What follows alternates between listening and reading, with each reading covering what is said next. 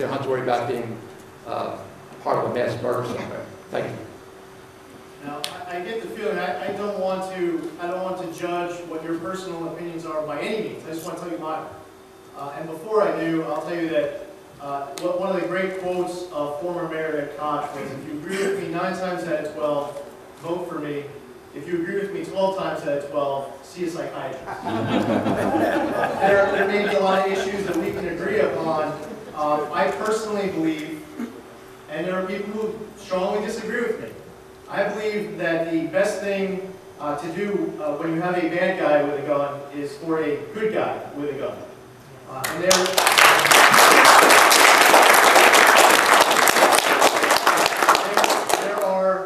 there are a lot of people who have a different opinion than I do. They're strongly in favor of very strict gun control. Whenever an incident happens, there is a renewed call and a motion in favor of some type of gun control to take it to the next level. In New York State, we enacted after Newtown, we enacted the SAFE Act. I oppose the SAFE Act. I co-sponsored the bill to repeal the SAFE Act. I believe it's unconstitutional. I'm hopeful that the U.S. Supreme Court, if it has to go up that far, which I think it will, that the U.S. Supreme Court overturns the SAFE Act. And the reason why I believe that it's unconstitutional, if you look at the D.C. versus Heller decision, and we spoke about this the other night during our debate, is that the D.C. handgun ban was overturned because it was banning an entire classification of firearms commonly used by law-abiding citizens. That's essentially what the assault weapons ban of the SAFE Act does. And if you look at the way in which the SAFE Act was written, you can tell that the people who wrote the SAFE Act had a fundamental misunderstanding of our Second Amendment. They essentially said, if you read the memo, there's a part that says anything not needed for hunting or sporting activity should be essentially banned.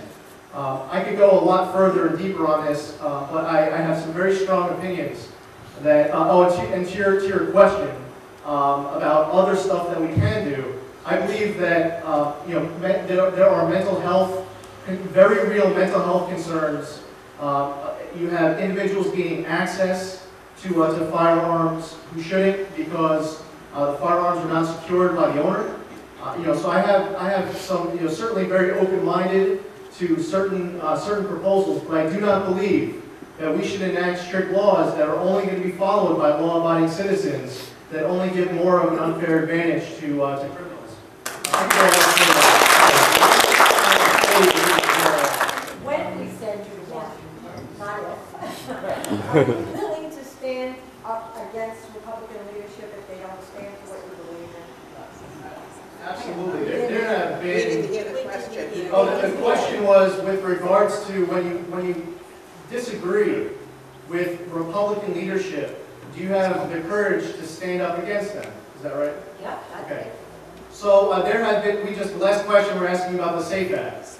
I'll tell you, there has been a tremendous amount of arm twisting that has been done to try to encourage me to support the SAFE Act. And I have never done that, and I wouldn't ever do that because it's something that I fundamentally disagree with. I don't like the way in which it was enacted, and I took a stance that was against my Republican leadership. There have been a lot of bills where I have voted no on, where I was maybe the only person to vote no on, or one of just a handful of people to vote no on, and it's important. And in certain issues you might disagree with me on. I vote no when we had the red light camera, the speed camera bills, and there are people who believe in the red light cameras and speed cameras, but it's something that I fundamentally disagree with. And just to illustrate the point as well of just, I don't know, at times you get frustrated with the process, is we spent an hour debating just a couple weeks ago making yogurt the new state snack in Albany. I was the only Republican who voted against making yogurt the new state snack. And people came up to me afterwards and said, "Hey Lee, what's your problem with yogurt?" I said, "I love yogurt. I know that my constituents didn't send me up here to make yogurt the new state snack. They want me up here protecting their freedoms and liberties, fighting their taxes. There have been a lot of conservatives I've spoken to who have had some fascinating ideas with regards to legal immigration. Conservatives, rock solid conservatives who no amnesty. Right. But so that's where there's a disagreement. There's definitely a disagreement between conservatives and moderates and liberals with regards to this immigration issue. Everyone agrees that our immigration process is flawed. There is disagreement on the best way forward. And our congressman supports the comprehensive immigration bill that you saw drafted in the Senate. Respectfully, I totally disagree with him on his analysis. There is a lot of support for his position. There's a lot of support for ours. I would say to your point, with regards to legal immigration, is it's another example of a lot of tons of bureaucratic red tape. You have people who come here and they work on the North Fork and the South Fork, and they go back home. They're seasonal workers. They pay taxes. Their employers fill out all their paperwork, and these employers are suffering. And they want to follow the rules. The people they bring want to follow the rules. We also have a problem with people who come here illegally, and then remain here. And that's something else that we have to address. We have to deal with. We also have a lot of employers who are gaining competitive advantages over their competition by cutting corners and not paying taxes and not having the proper accountability on their employees. So I think that there's, we agree fundamentally that there's stuff that we need to address our immigration problems. But there's some strong disagreement based on principles. It's not partisanship. I really believe that there are true philosophical differences between many Republicans and Democrats in Washington on the best way forward. This is when you get to Washington. There are always constituent and local issues, and on the East End and on Long Island as a whole, the waters and the bays have been a long-term one. You have saved us from the saltwater fishing license, but federal regulations on our treasured fisheries are killing. And when you get there, we haven't had a good representative from New York since Norman went to trace my age, which was many, many, many years ago. What do you think you can do that will be different and better? Yeah, so one of our problems as a state, as we enter into all these different regional agreements, there are different councils and commissions where rules are set across state lines, and New York seems to end up getting the short end of the stick. I think that we need to update our data management. It's very outdated. There are estimates that are made as far as our own fisheries here in Suffolk County that is resulting on smaller takes, smaller size limits, smaller bag limits. Up in Albany, I've been involved in a lot of these fisheries issues. And I think that one of our biggest problems as a region, as a state, as an island, I guess, is that we're part of these multi-state commissions that are entering into these coalitions and enacting policies that are hurting us. So we have people coming from Connecticut, coming from New Jersey. They're taking our fish, going back to their own state. We are hurting. Our employers are hurting. The recreational community is hurting. So it's both commercial and recreational. We need someone fighting for our fishing industry. I would also add to your question is that as far as local issues go, the Fire Islands and Montauk Point plan, we heard our congressman talk about $700 million that was coming to fund this FIP plan. And while we see Nassau County, Jones Beach get built back up, by the first Memorial Day, Staten Island, Queens, Brooklyn, Jersey, everyone else is getting all this funding to rebuild their shores. We have not seen a dollar of this money. And our congressman needs to be held accountable for not delivering on all of these press releases and press conferences that he had, patting himself on the back, and Schumer patting himself on the back for delivering money for FIP. They need to be held accountable, and members are going to be that opportunity. Country and who have died for it. Well, thank you for both parts of that question. I would just like to say, first off, I believe that the United States Constitution is a beautiful document. It defines so much of our American greatness. Many other countries look at the U.S. Constitution to craft their own. I would say that the New York State Constitution is not as is many pages long of so many random thoughts that have been added along the way.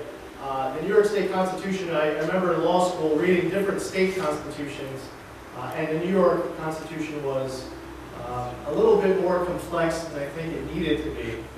But it's just my own personal opinion, just as I'm listening to your thoughts. But it's always good to strictly construe your Constitution, and you take an oath as an elected official to uphold that Constitution, and you have to take your oath very seriously. To your point about our veterans and that oath, our veterans upheld their oath during their service. They served our nation proudly, willing to lay down their life in protection of everything that makes our nation great. And when they come home, they don't always come home in one piece. Sometimes they might come home with the physical and mental wounds of war.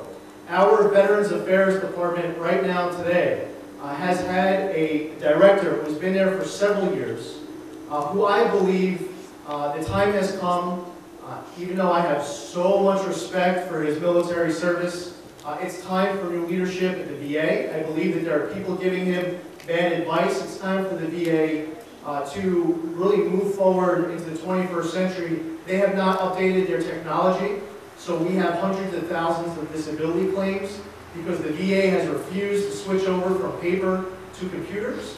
You have veterans dying on secret waiting lists all across this country, and it's outrageous. And I think we need to do more for our veterans with mental health problems, coming home with post-traumatic stress disorder, traumatic brain injury. There's a lot more that our Veterans Affairs can be doing, one of which I think is so important is to change the leadership at the top.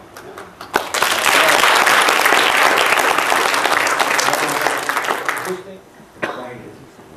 Mr. Zeldin, if you were a congressman down in Washington, D.C., would you vote yes or no on the Paul Ryan budget plan? I appreciate the question, and it's been interesting as I travel around the district. If I'm on WLNG or I'm on LI News Radio for an interview, there's always someone who is given the mission of asking that question on behalf of our congressman and the Democratic Congressional Campaign Committee. And I thank you for doing that for them, and they appreciate your service. So the Paul Ryan budget is a budget that was voted on a few months back. We have multiple plans that are being discussed. At the end of 2013, there was a Paul Ryan crafted budget, which I don't know if you're talking about that one or the most recent one, but our actual federal budget, which was crafted by Paul Ryan. One of my problems with it, and the reason why I would have voted no, is that it cut pension benefits for our veterans. And it's, I think, outrageous that we were balancing the budget on the backs of our veterans. But I'll tell you,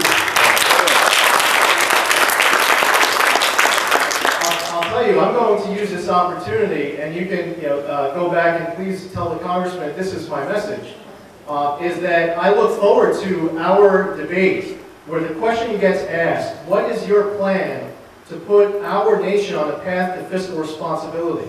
And we can talk about what's right and what can be improved in Paul Ryan's budget. This congressman has refused to put forth a plan or get behind someone else's plan which will put our nation on a path towards having a balanced budget. So